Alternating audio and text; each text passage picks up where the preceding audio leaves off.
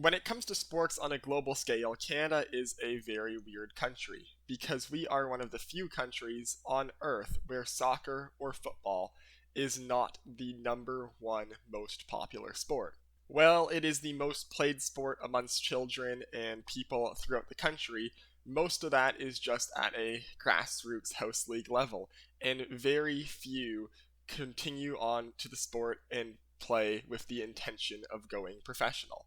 And in fact, for the few who do decide to try and take their footballing skills to the professional level in Canada, the lack of teams and lack of systems to get to that level mean that many players have to take some very interesting pathways to become professional footballers, which leads to some very interesting career paths. And prior to the creation of the Canadian Premier League in 2019, young footballers who were hoping to crack into starting 11s for professional clubs had to, in many cases, go abroad or go to some very lesser known leagues and very lesser known footballing countries in order to showcase their skills. This has led to some footballers in recent years having incredibly interesting, creative career paths, but very few have been as interesting and as insane as that of Mo Babouli. Babouli, a former Toronto FC prospect, finally this year found his way to the Canadian Premier League after signing with Hamilton Forge FC prior to the start of the Island Games.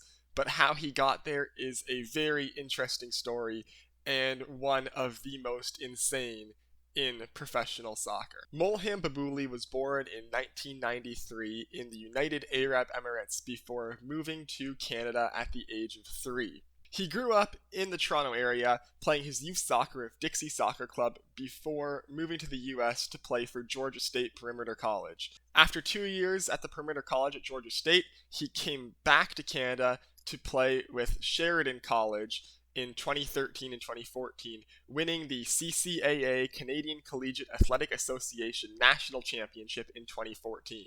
The Sheridan College Championship run put him on the map, and in 2014, at the age of 21, he signed a contract with Toronto FC and was sent to play with Toronto FC 3 in League 1 Ontario. And in the 2014 League 1 Ontario season, Babouli was dominant, scoring 27 goals in 22 matches for TFC 3, and putting up one of the most dominating performances by a striker League 1 Ontario has ever seen. His impressive 2014 campaign of TFC 3 earned him a promotion, and in 2015 he was moved up to play with TFC 2 in the United Soccer League. He did not find the same success in USL as he did in League 1 Ontario, playing 20 matches and only scoring 4 goals, but his 2015 performance was good enough to earn him a first-team contract with Toronto FC. In 2016, after signing a first-team contract with TFC, he played 16 MLS matches and 4 Canadian Championship matches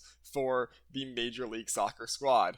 However, in those 20 combined games in all competitions, he failed to score a single goal, and at multiple points throughout the season was loaned back down to TFC2, where he played 6 matches for them in USL and also failed to score. And this is where the interesting figure of Mo Babouli really takes off, because he was so highly rated by Toronto FC. Greg Vanney highly rated him in early 2016. He was considered a very technically gifted player, a player who was very good off the ball, finding spaces. In early 2016, following a match against NYCFC, Sebastian Giovinco said Babouli was the best player on the pitch for Toronto, and comparisons were being drawn between Babouli and Sebastian Giovinco, with them both being undersized central forwards. But alas, after making 20 appearances for TFC and failing to find the back of the net, in early 2017, Mo Babouli was placed on waivers by Toronto FC and was not picked up by any other MLS squads, leaving him without a contract. Following being waived by Toronto FC, in 2017, Babouli went on to sign with Bobby Smirniotis' Sigma FC in League 1 Ontario, and he played 7 games, scoring 5 goals for the League 1 Ontario squad, once again dominating League 1 Ontario. Following a brief second stint in League 1 Ontario, Babouli made a decision to go to war-torn Syria and sign with Al-Ittihad in the Syrian Premier League. Babouli played the 2017-18 campaign in Syria for Al-Ittihad, making 25 appearances and scoring 7 goals. But his performances on the pitch were not the most notable part about this chapter of his career. It was what happened off the pitch, as in April of 2018, after obtaining a Syrian identity card, Babouli was detained by Syrian military police for failing to do the mandatory military service that every Syrian male has to do. He was released after several days after paying a fee to make him exempt from military service, but that experience put a large sour note on his time in Syria, and following the 2017-18 Syrian Premier League season, he decided to come back to Canada. And so, for the 2018-19 season, Mo Babouli somehow got crazier in his playing decisions than the Syrian Premier League. He went to play for the Mississauga Metro Stars of the Major Arena Soccer League. Yes, indoor soccer. Interestingly, Babouli is not the only former Toronto FC striker to play for the Metro Stars in 2018-19. Alongside him was former Toronto FC star and Canadian national team all-time leading scorer Dwayne De Rosario. Throughout the season, in 22 appearances for the Metro Stars, Babouli scored 21 times, and it looked like he was planning on playing for them again in 2019-20 when they became the Canada Metro Stars and were planning on playing in 6 different arenas across Ontario. However, the team folded prior to the 2019-20 season, leaving Babouli and the rest of the players without a team. Following the Metro Stars season, in the summer of 2019, Babouli went to another level of suspect soccer leagues in Canada, as he signed for FC Ukraine in the Canadian Soccer League. Yes, the Canadian Soccer League that was desanctioned by the Canadian Soccer Association for match fixing. Babouli signed for the tail end of the season for FC Ukraine, where he played 7 games regular season and playoffs, scoring 11 times as the team went to the finals, where they eventually lost. Now, there were a lot of rumors prior to the 2019 CPL season that Mo Babouli would be the perfect type of player to go to the Canadian Premier League, a former Toronto FC player, Canadian professional who was without a professional squad at the time. And there were rumors that there were several Canadian Premier League teams interested in him. However, it seemed like the interest was not mutual, as at the time Babouli didn't seem interested in the Canadian Premier League. It seemed he wanted to see the league in action first before making the jump to the Canadian Premier League, and also it seemed that he wanted specifically to go to the Hamilton Forge. In January of 2020, the rumors of Babouli to the CPL were kicked up to another level, as it was reported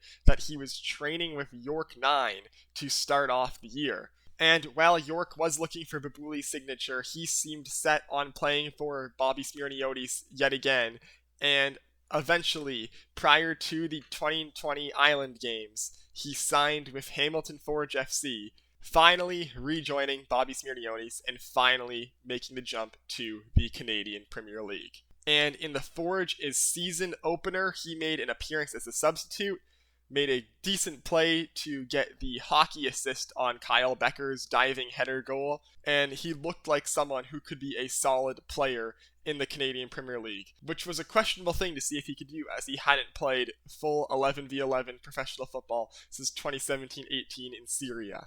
Whether or not Babouli sticks in the CPL remains to be seen. For someone who's had such a traveled career as he has, it's easy to forget that he's still just only 27. He still has many years of professional football ahead of him if he remains good enough to play it. But for right now, he seems to have found a club in the Hamilton Forge, and hopefully this will be the beginning of some stability in Mo Babouli's career. Looking back at the career of Mo Babouli so far, there's one thing that I just still don't fully understand, and that's why he was so hyped up for Toronto FC.